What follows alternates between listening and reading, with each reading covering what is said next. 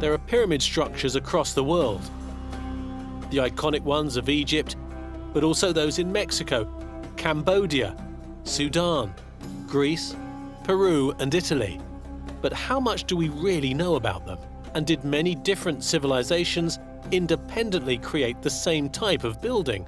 Or were they given the blueprints by a mysterious common ancestor? We love pyramids in popular culture because they harken back to this time that we can only imagine. For some of us, it relates to the biblical stories we heard. For others, it's just imagining these massive societies, and the only thing left is these huge monuments. So every pyramid represents a fantastic mystery. For something as huge and impressive as the ancient pyramids, there are relatively few answers. It's totally surprising how little is actually known for certain about them. There is evidence for a teacher culture with the pyramids that have sprung up all over the world. They all are aligned to the cardinal points. They all have a causeway. They all have a mortuary temple. None of them have tombs. So whoever came up with this blueprint passed it on all across the globe. How did they do that?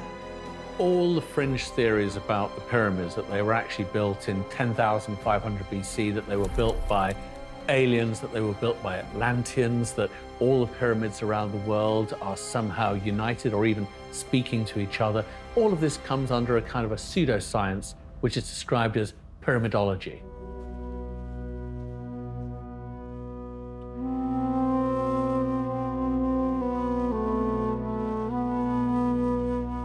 We're actually in the most sacred part of the pyramid. We are in the burial chamber of King Djoser. We are literally underneath the step pyramid. This burial chamber would have been built when Mastaba I was constructed. And then obviously the rest of the pyramid then follows. So we are literally underneath the pyramid. This whole shaft measures 23 feet square and 92 feet deep, which is mind-blowing. And here in the middle, you find this fantastic burial vault made out of granite. The step pyramid at Saqqara, archaeologists found an intact sarcophagus that was sealed and had been sealed for thousands of years. And they opened it, and inside was nothing. So where were the human remains? Obviously, they hadn't been looted and carted off anywhere. The thing was sealed. So it does add another layer to the ongoing mysteries surrounding the pyramids. We know from the warren of tunnels and passages underneath the step pyramid that the tomb was rifled, perhaps repeatedly, by tomb robbers in search of treasure, and the body of Zoser was probably a casualty of those depredations. So here we're looking at the very famous panel. We can see King Djoser here. Right in front, like a sort of caption for this panel, it's his name. And it's not written Djoser. Here he's named by his Horus name. Horus name is Netcheriket. And you can even see remnants, part of the god Horus sitting on the serech, this rectangular object here, protecting his identity, protecting his name, his essence for eternity. So we find a sarcophagus in the step pyramid.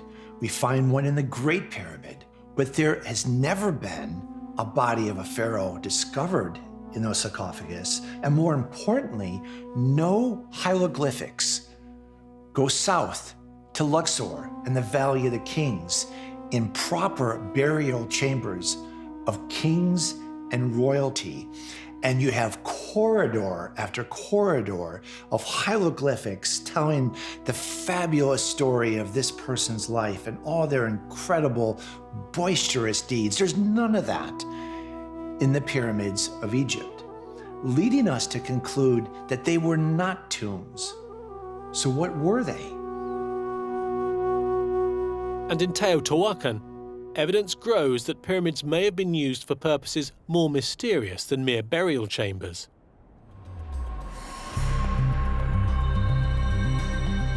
Academics and Egyptologists agree that the pyramids were built by ancient civilizations as tombs for their leaders. They dismiss theories of pyramidology, connecting similar structures found across the world. But there is a growing group of people who believe the pyramids are much older than science dates them and are much more mysterious. Another interesting theory is that the pyramids themselves are an energy conduit. Another common denominator amongst them was a body of water nearby, leading some to speculate that they were electricity generators of some kind using a technology that we've long forgotten. Hugh Newman firmly believes that the Great Pyramid in Giza is misunderstood by the majority of academics and Egyptologists. The Great Pyramid, I believe, was a multi-functional system. Fundamentally, I think it's built as a kind of technological machine to produce energy and vibration, and also a harmonic fertilizing energy across the land here, utilizing underground water, hydrogen, different chemicals that have been found to exist within it, and create something quite remarkable, which could have been electricity, it could have been thermal energy, it could have been other types of energy that are used to light up places or for power tools. Who knows? There are tiny things that the ancient Egyptians produced that actually show that they were wizards at engineering.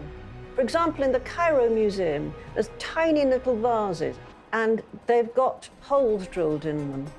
How? They were supposed only to have copper tools.